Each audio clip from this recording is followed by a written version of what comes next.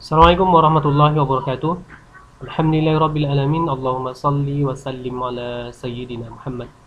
Kenalkan, saya Badulaini, CGP asal Kota Pekanbaru, berasal dari SMA Babu Salam Pekanbaru. Akan menyampaikan elaborasi pemahaman kebutuhan perubahan di sekolah. Tugas 1.3.8.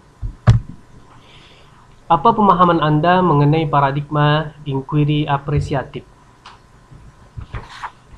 Pemahaman saya tentang paradigma inquiry apresiatif adalah suatu manajemen perubahan yang bersifat kolaboratif, yang mana pendekatan kolaboratif dalam melakukan perubahan yang berbasis kepada kekuatan yang dimiliki. Artinya untuk melakukan perubahan perlu bekerja sama antara pemangku kepentingan, kemudian dengan memanfaatkan kekuatan atau sumber yang sudah ada. Kemudian juga inquiry apresiatif ini model manajemen perubahan dalam suatu sistem, baik itu organisasi seperti sekolah maupun komunitas, misalkan perkumpulan MGMP dan lain sebagainya. Kemudian paradigma ini berbasis kekuatan, dijalankan dalam suasana yang positif dan apresiatif. Nah, di dalam bahasa Indonesianya, inquiry apresiatif ini disingkat dengan langkah-langkahnya dengan BAGJA. B,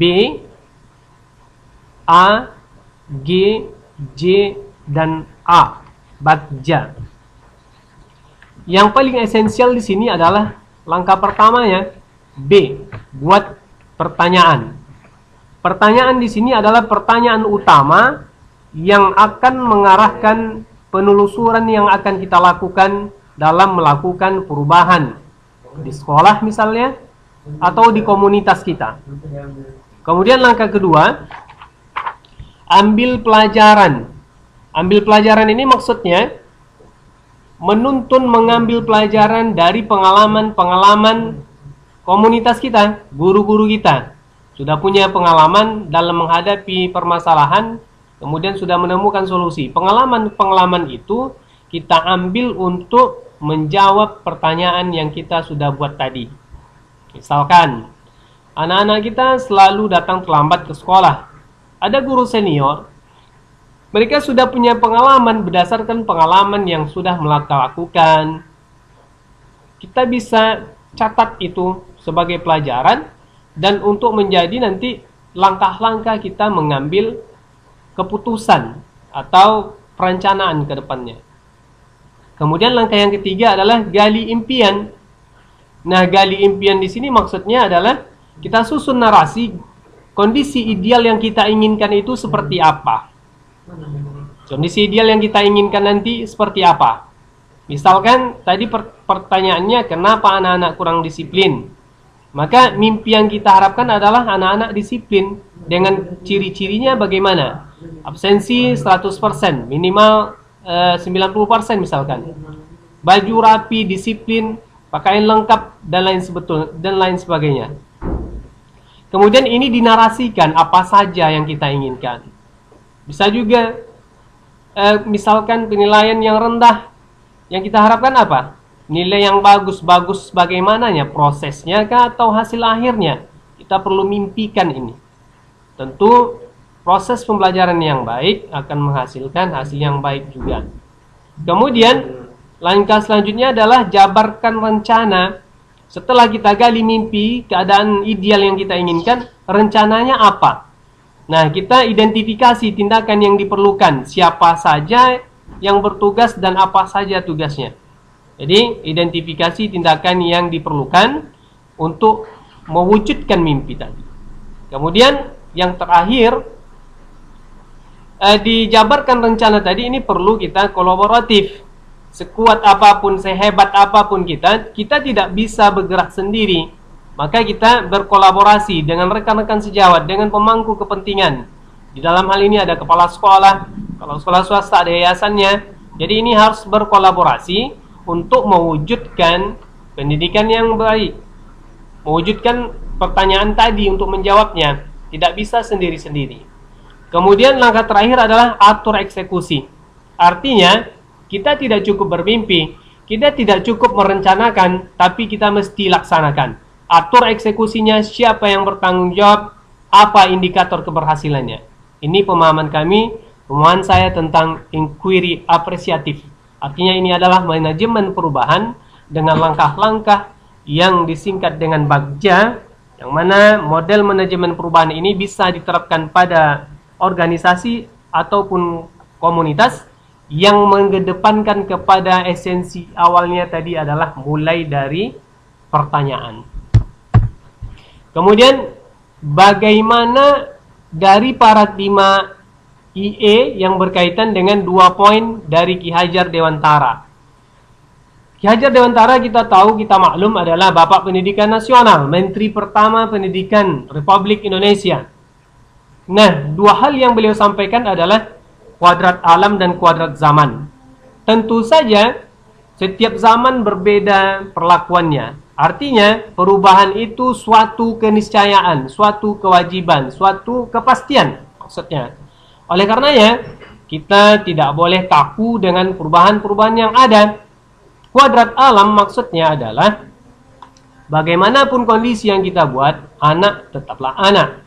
Dia kuadrat alamnya bermain. Maka usahakan suasana yang kita lakukan berbentuk kepada menyenangkan pikirannya. Kalau dia ingin menjadi seorang ustaz, maka berikan kesempatan kepada dia untuk belajar, memperdalam ilmu ustaz dengan tidak meninggalkan pelajaran wajib. Seperti itu ya. Jadi ada kondisi karena dia ustaz, ya udah yang lain tinggalkan. Ini menurut saya ini salah. Kuadrat alam yang dimaksud Ki Hajar Dewantara, padi dia akan tumbuh dengan seperti padi, tidak akan mungkin dia tumbuh seperti jagung, seperti itu. Tapi kita harus menjadi fasilitator untuk anak-anak itu mengarahkan ke yang lebih baik. Apa pemahaman Anda atas peran pendidik dalam 2 poin pikiran Ki Hajar Dewantara tersebut? Peran pendidik sudah pasti menjadi teladan bagi anak didiknya, menjadi fasilitator bagi anak didiknya. Sesuai dengan simboyan Ki Hajar Dewantara, ingar sosung talada, ingmadya mangunkar satut uri handayani. Kuadrat alam yang dimaksud adalah fasilitasi anak untuk mencapai keselamatan dan kebahagiaan sebagai manusia dan sebagai anggota masyarakat. Kemudian kuadrat zaman, arahkan, sampaikan ke anak-anak tantangan yang akan mereka hadapi itu berbeda dengan tantangan yang kita. Hari ini kita maklum dengan revolusinya industri 4.0. Besok entah industri berapa lagi. Tetap kita katakan, secanggih apapun zaman, jangan tinggalkan agama masing-masing. Tetap jalankan. Nanti zaman beda berarti agamanya beda. Tidak. Agama tidak akan berubah kalau ditanamkan dengan baik. Kuadrat alam, saya berhubungan dengan keinginan mereka. Kuadrat zaman, perkembangan zaman. Tapi secanggih apapun zaman, jangan gadaikan agama kita. Bagaimana Anda memanfaatkan paradigma IE untuk mewujudkan 2 poin Ki Hajar Dewantara tersebut? Pemanfaatannya adalah langkah-langkah yang sudah diberikan oleh ilmuwan tadi. Saya coba oret-oret untuk mengimpikan suasana sekolah yang ingin saya wujudkan, suasana belajar yang ingin saya wujudkan.